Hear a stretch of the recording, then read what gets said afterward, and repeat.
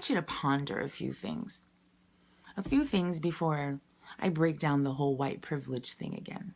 Because I know many of you are thinking it's not there, it doesn't exist. Come on, how could it exist? I mean, they have their own TV, they have their own Miss America pageants, hell, they have their own month, for God's sakes.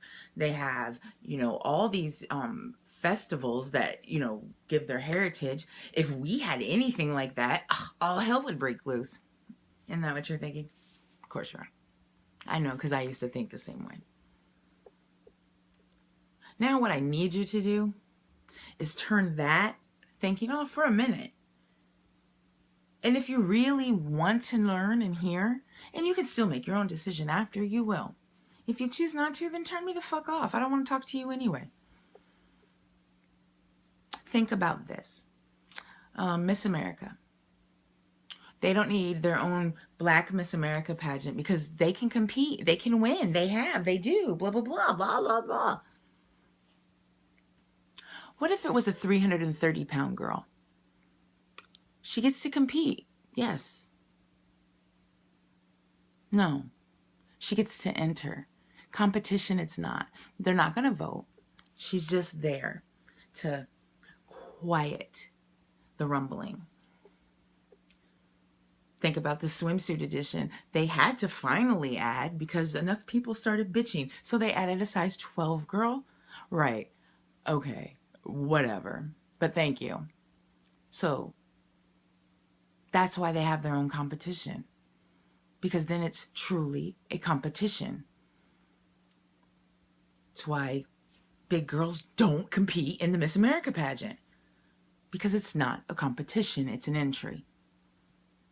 That's all it is. How about the whole, they have BET, if we had white TV, it'd be all messed up. Dudes, every other channel is white television. I mean, seriously. How many times do you walk into some place and you're just the only white face around? You don't. And you don't purposely ever go into, say, the black hair salon. No. Why would you? I don't know. Maybe so they could do your hair. But it'd be kind of weird, wouldn't it? You'd feel a little out of place, huh? Right. So, how do you think they feel every day? So, oh my God, they have a Black entertainment television network. Oh, and they have Centric and they have a few others. Hell, they're actually my favorite, but God forbid. I mean, think about it. When the Cosbys were on, they were an all-Black family. Look, we put them on.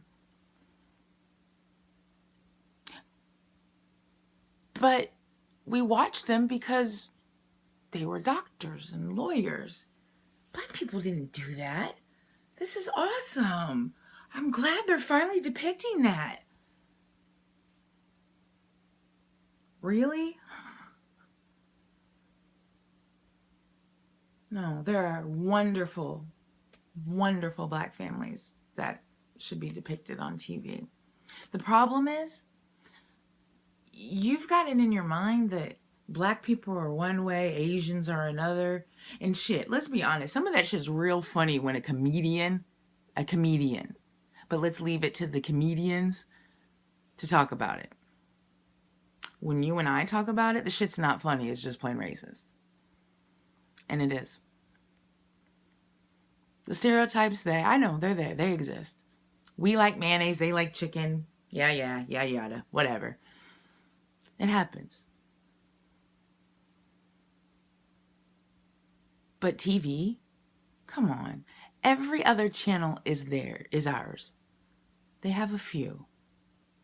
So don't turn it on. Fuck, what the hell is country music station anyway but white people TV?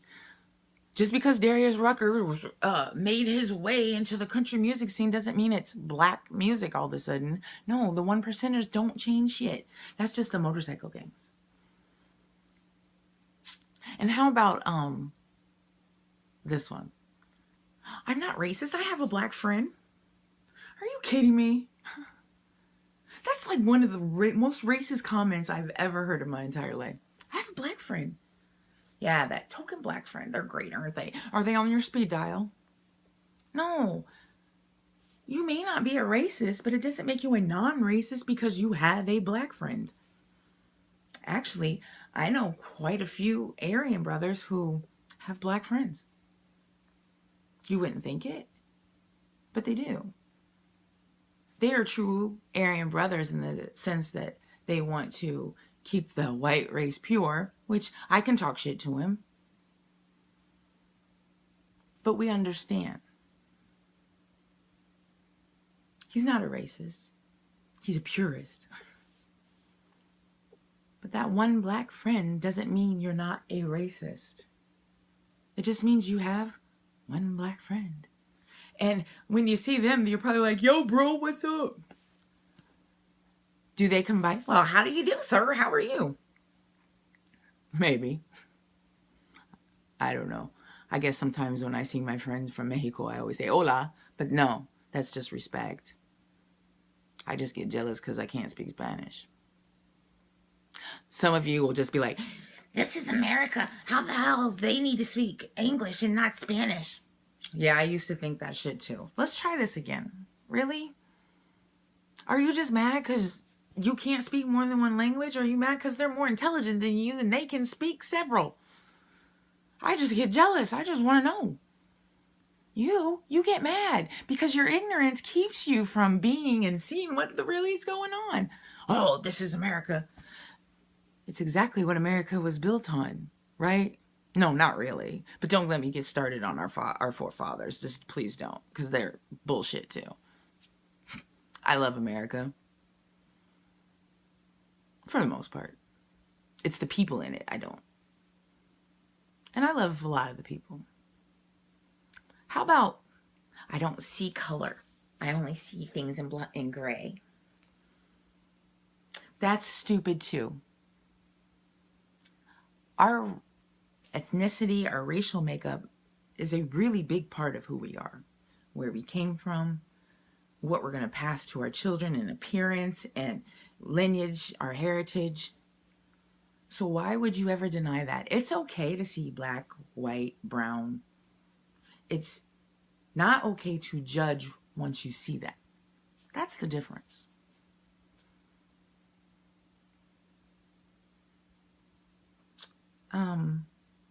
The other one.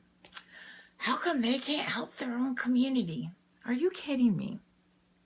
Please watch Jane Elliott's Brown-Eyed, Blue-Eyed Experiment.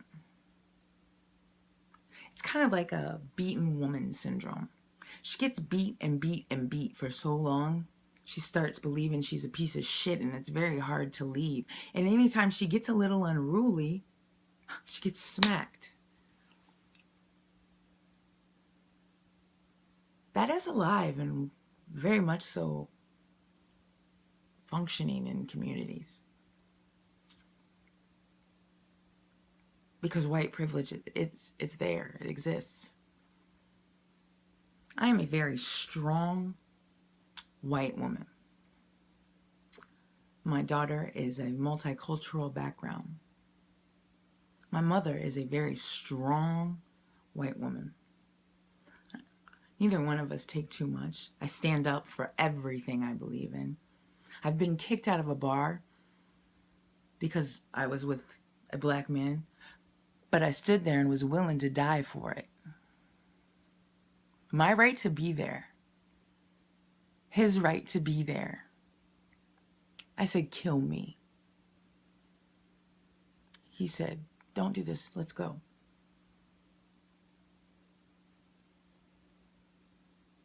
My daughter, within a matter of 15 minutes, my beautiful daughter, was walking with 3 black gentlemen and herself, whom she looks black or Latina. She doesn't look white. Thank God. But within 15 minutes, she got called the N-word. She had a gentleman move his pocket to the front of from his back pocket to his front and followed. And she said nothing. Her and the 3 boys said nothing. They were just all friends hanging out. You know why they said nothing? For fear. Because if you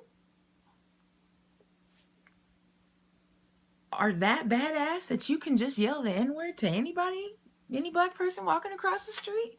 Who says you won't pull a gun and shoot them?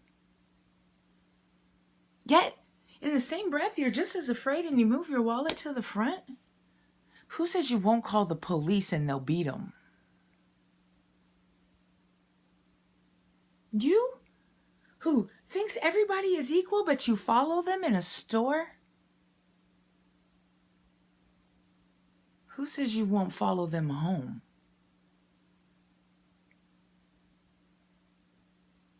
And they become the next Trayvon or the next Michael.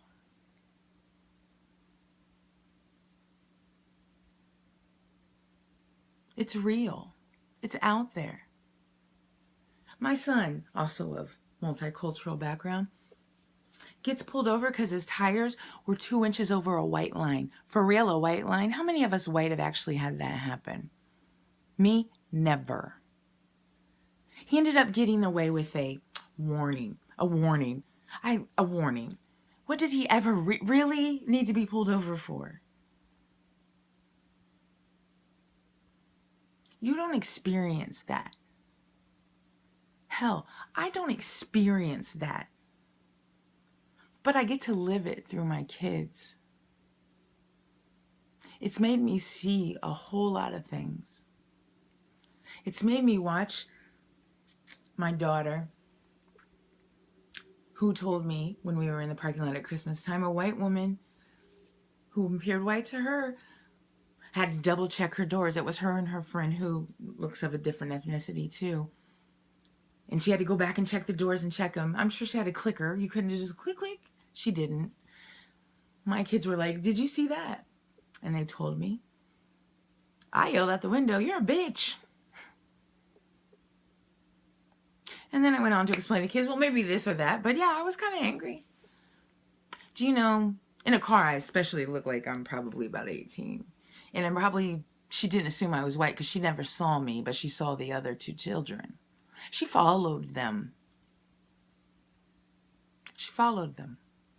They got out of the car. I was still in it. And then she proceeded to yell at them. Yet, she was the one that caused the problem. Because she needed to double check her car doors to make sure my kids didn't break into it and take her shit. She yelled at them. I got out of the car, stared her dead in the face, and she quieted right down. Because there was another white person standing there. And I wasn't 18. And I said, what, did you expect me to be a kid? Did you expect me to look different? I don't. Well, one of them called me a bitch. I said, no, I did. And here's why. Well, I don't think that's right. I said, well, I don't think what you did is right, and I'll defend my children all the way. This woman ended up in tears as we were fighting, because I wasn't having it, and I sure as hell wasn't backing down, and I didn't give a shit about her tears. But do you know that my daughter did? She cared. And she wanted it to stop. All of a sudden, the victims, my children, were no longer the victims. That white woman became the victim. Bullshit. That's white privilege. That's what it is. Go watch Jane Elliott, Black-Eyed, Brown-Eyed, Blue-Eyed Experiment. Maybe then you'll open your eyes. Until then, wait until you have grandchildren or children that are of another race. See what happens when this kind of stuff happens to them. I bet you white privilege won't exist anymore. That's why you've got to stop it now. Recognize it so we can change it.